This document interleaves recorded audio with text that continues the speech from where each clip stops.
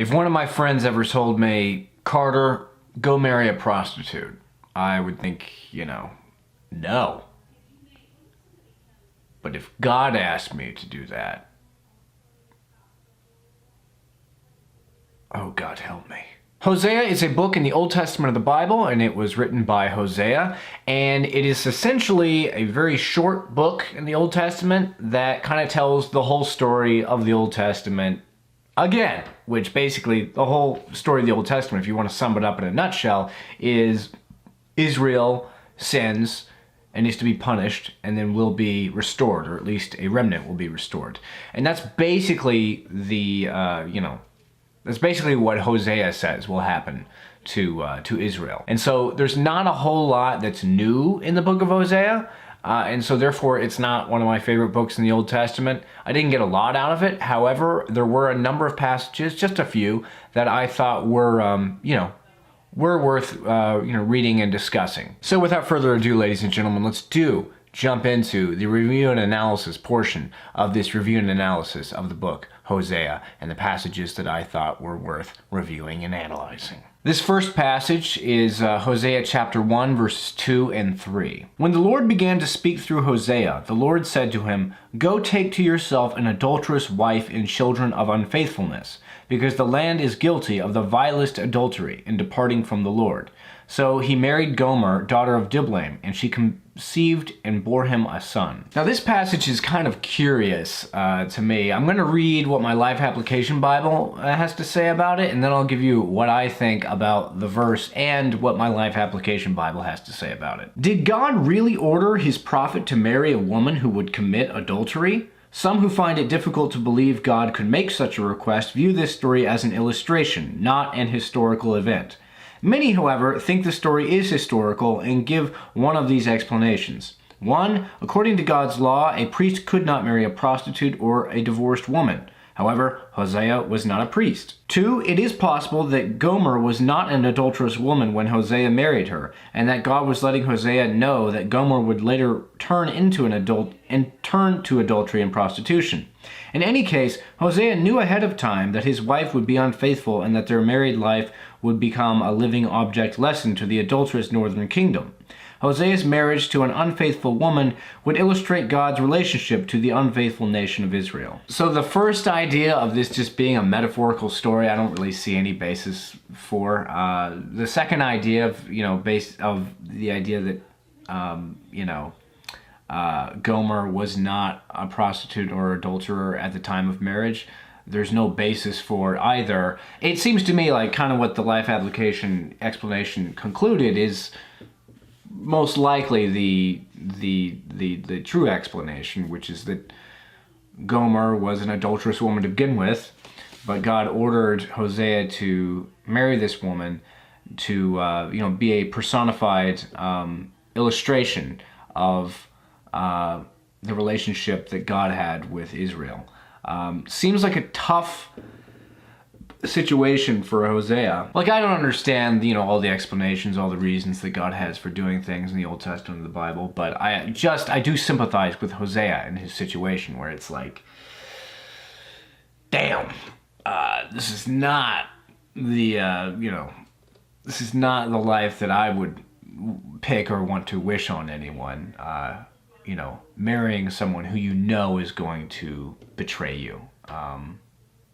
But, that's what God did with Israel. Now, ladies and gentlemen, please allow me to read chapter 3. It's very short, so we'll just read the whole thing and then we'll discuss. The Lord said to me, "Go, show your love to your wife again, though she is loved by another and is an adulteress. Love her as the Lord loves the Israelites, though they turn to other gods and love the sacred raisin cakes." So I bought her for 15 shekels of silver and about a homer and a lethek of barley. Then I told her, "You are to live with me many days. You must not be a prostitute or be intimate with any man, and I will live with you." For the Israelites will live many days without king or prince, without sacrifice or sacred stones, without ephod or idol. Afterward the Israelites will return and seek the Lord their God and David their king. They will come trembling to the Lord and to his blessings in the last days. Yeah, I guess the whole story of Hosea and Gomer kind of makes the whole situation between God and Israel, God and just humanity, more relatable. It's more understandable. Oh, yeah, we constantly try and deify other things instead of God. We constantly stray.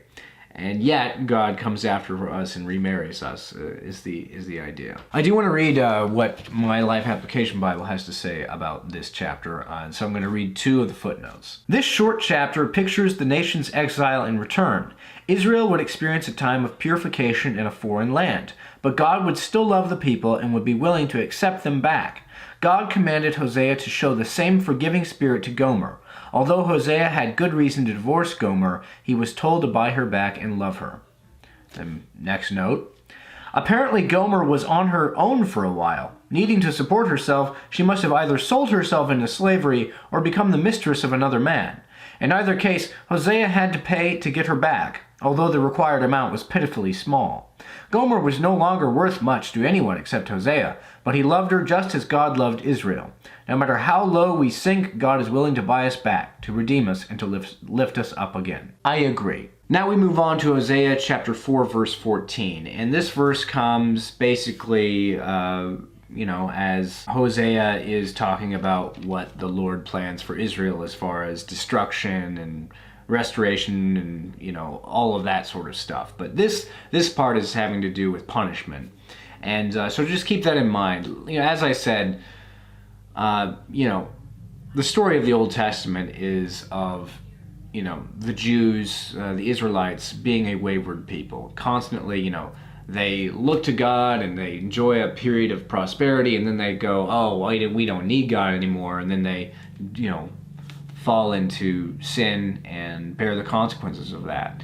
And it's just the same story over and over and over again. It's almost as if God's trying to tell us something about civilizations and how they collapse. But I found this particular verse to be very interesting with regard to, just the innocent people that will be caught up in, the times that were occurring way back in the day with regard to what Hosea was prophesying about, but also the times now. Because I do wonder, what about the people who just, were caught up in the storm of insanity? Are they all going to be punished, with the same severity? And I think this verse is illuminating and provides somewhat of an answer to that question. I will not punish your daughters when they turn to prostitution, nor your daughters-in-law when they commit adultery, because the men themselves consort with harlots and sacrifice with shrine prostitutes. A people without understanding will come to ruin. Yes, these people, daughters who turn to prostitution. Prostitution is wrong, but it's they're caught up in the storm. And I'm not going to punish them for the storm that you men and you leaders of society created. And so I think there's some sort of silver lining. Anyways, though, ladies and gentlemen, that'll do it for my review and analysis of the book Hosea. Now I want to know, what did you think of the book of Hosea if you've read it? And also, if you have not read it, please let me know what you thought anyways in the comment section below. And as always, ladies and gentlemen, if you liked this video, please like it and subscribe, tell your friends about the channel. And never forget to